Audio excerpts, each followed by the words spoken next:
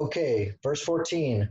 And the Lord spoke to Moses in the Sinai desert, saying, count the children of Levi according to their father's house, according to their families. Count all the males from age of 1 month and upward. So here we see that there's a difference between the Levites and the rest of the Israelites, and that the Levites are counted from 1 month and upward, where the other people were counted from 20 and upward.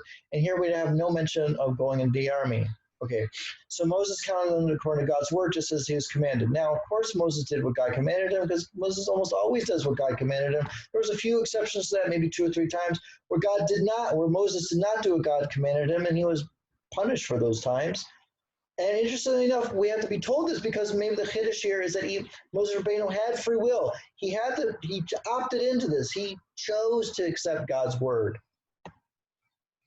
Okay.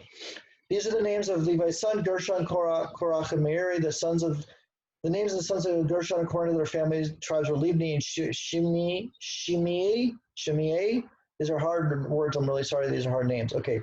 The sons of Korach according to their families were Amram, Yitzhar, Hebron, and Uziel. The sons of Merari according to their families were Mahali and Mushi. These are the families of Levi according to their fathers' houses. For Gershon, the Libnite family, and the Shimeite family, these are the Gershonite families. Their sum was made according to the number of males from the age of 1 month and upward. The tally amounted to 7,500. The Gershonite family shall camp behind the Mishkan to the west. So that's Yad Yama. So Yama, which is right, is to the west. The prince of the father's house of the Gershonite is Elishaph, the sons of Yael. The charge of the sons of Gershon and the tent of the meeting, including the Mishkan, is the tent is covered and the screen for the entrance of the tent of the meeting. The hangings of the courtyard, the screen at the entrance to the courtyard, which is around the Mishkan and its altar and its ropes, as well as all the work involved. For Korach, the Amorite family, the Yitzharite family, the Hebronite family, and the Uzielite family, these are the families of Korach. Now, we're going to learn about Korach later. Ended up not in such a good situation, and that's to say the least. He actually ends up, I'm just going to, spoiler alert, he ends up getting swallowed up by the earth. Okay, the number of males from the age of 1 month and upward amounted to 8,600, the keepers of the charge of the holy.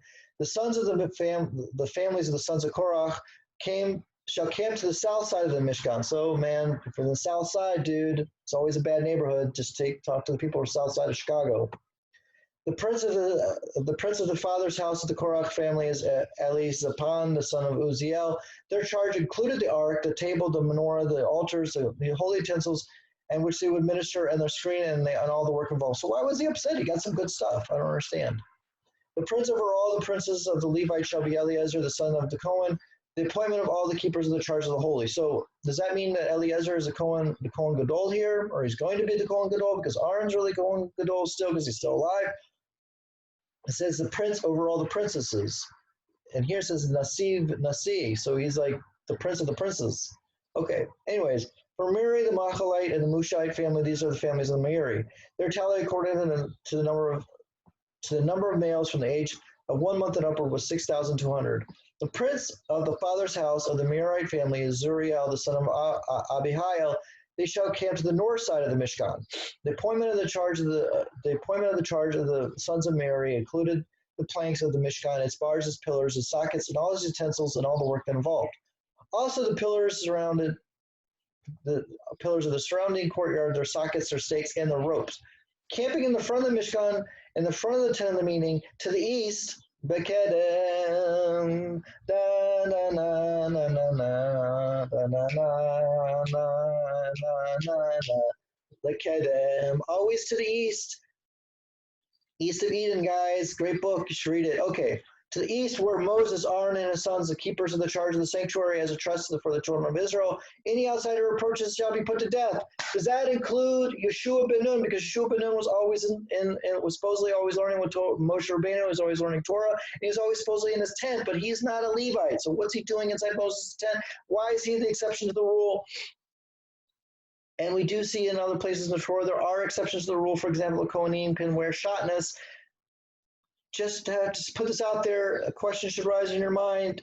Was Yeshua ben Nun the exception here? And clearly we had the Masorah that he was always learning with Moses, so apparently he was the exception because he was allowed, even though it says people shall be put to death, that did not include Yeshua ben Nun. Okay.